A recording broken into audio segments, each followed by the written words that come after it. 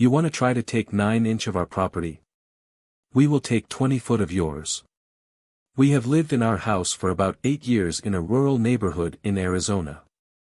About a year ago this dude from California bought the lot next to us and threw a fit about the stuff we had on the property line. We had put a single fence pole vaguely where the property line was. We hadn't had any sort of land survey done. It was supposed to just be a temporary marker that became a permanent marker.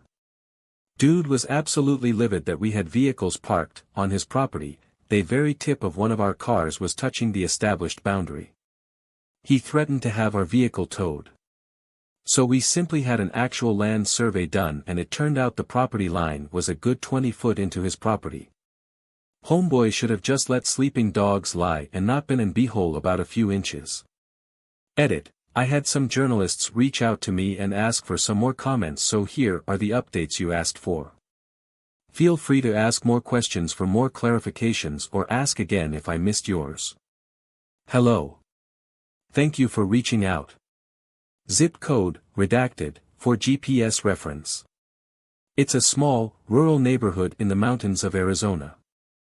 All the houses are 3 to 5 acre horse properties. The roads are all dirt and unmaintained. It used to be a very understandable place to live, but in the last few years it has been developed and property values have been going up, quadrupling since we moved here in 2016.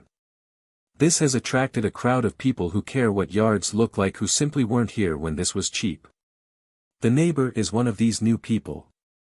We moved here specifically because the neighborhood had a bunch of messy yards already and we wanted to also have lenient neighbors. We lived in harmony with our neighbor's junky yards for years.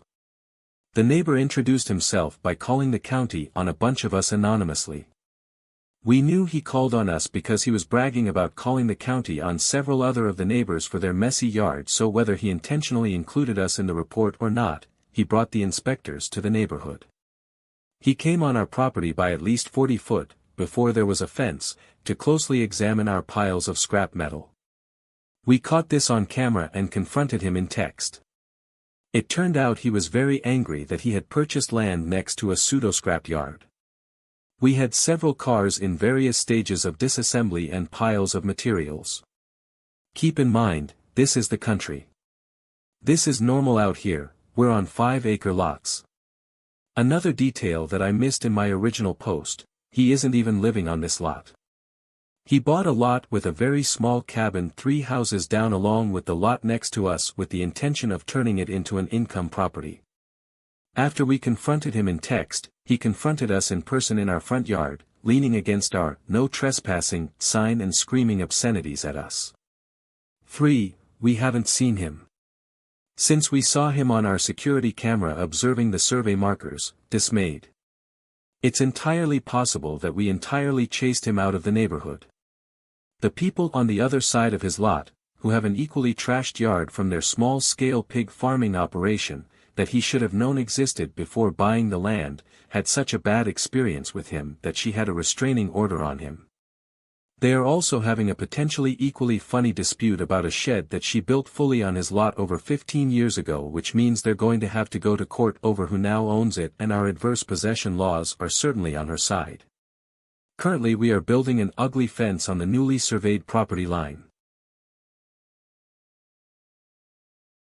Saw the boss who fired me yesterday and it's not going well for him.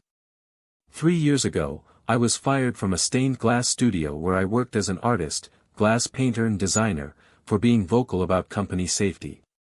The owner made me the safety person because I had come from a studio that took safety seriously. I read OSHA manuals and gave so many suggestions about unsafe practices we had in the studio handling lead, acid, and other dangerous materials. After a few years of my suggestions being mostly ignored, someone, actually not me, called OSHA during COVID when my coworkers were not masking. The boss suspected it was me since I was the most vocal about safety, and they rehired my replacement shortly after, removed my safety person duties, and fired me after enough time had passed that it wouldn't look suspicious. They cited lack of work, but had just hired someone and were firing me instead. It doesn't add up. All in all, this was a place where my contributions and expertise were largely unacknowledged and unappreciated. At the time, I had been pursuing my own work as an artist. When I was fired, I had no idea how or if I would be able to make ends meet in Los Angeles, but I did. In fact, this firing was the best thing that could have happened for my career. Last night, I saw this boss/owner at an event. The studio is doing so poorly that he had to cut everyone's hours to 2 days a week. Many people are looking for new jobs. He said, "I heard you had a show, and yes, I actually have a solo show up with a major gallery, have more than $30,000 in savings, and so much work on the horizon I'm booked through 2026. I said, "Yes, things are going really well," and flashed him a huge smile. Success is truly the best revenge.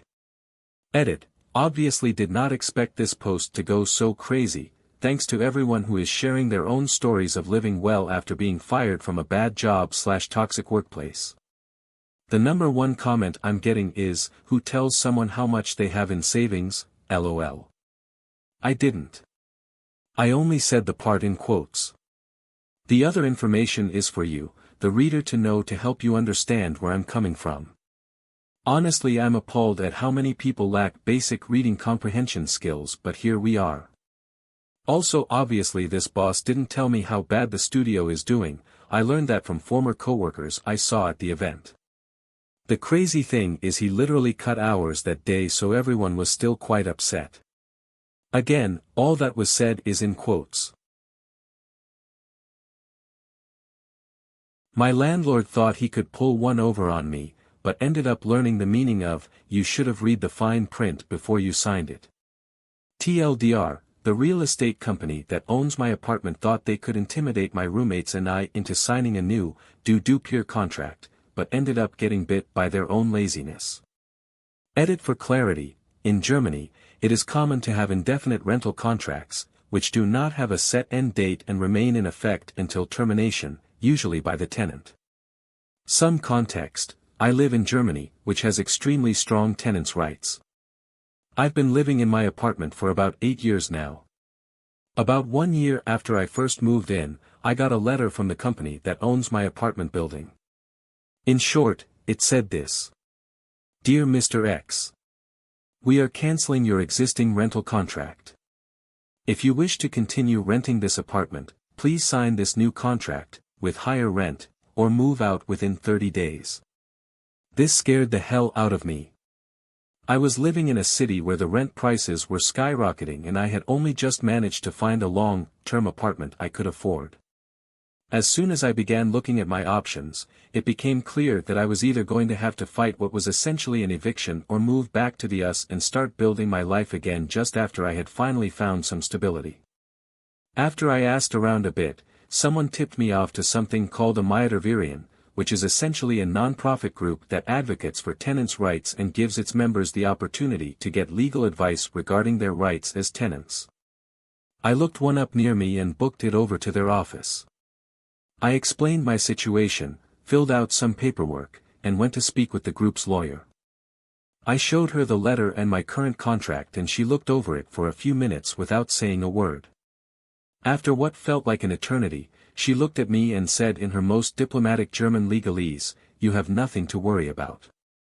This letter is doo-doo, admittedly paraphrased, but that's what it boiled down to. She then turned to a page of the contract and pointed out a single line in it: "No changes may be made to this contract unless both parties consent to the proposed changes." In other words, as long as I refuse to sign the new contract, they can't do anything to me. The group's lawyer then sent a letter on my behalf to the company. I received a copy of it for my records and essentially, it told the company that they would find themselves in some major trouble with the government if they continued to pursue the matter further. About a month went by and I heard nothing further. Then, one day, a letter from the company arrived. The company basically admitted defeat and tried to cover its tail by saying that the letter was sent in error by an employee who is no longer with the company. For the next 7 years, it became an annual ritual. Company sends ominous letter telling me I'm getting kicked out, I forward the letter to the victories, and the victories's lawyer sends them a letter telling them to stick the letter where the sun don't shine. And then, after attempt number 8, the lawyer sent them another letter telling them to cut the doo-doo and stop sending these letters every year. I haven't heard from them since, smiley face.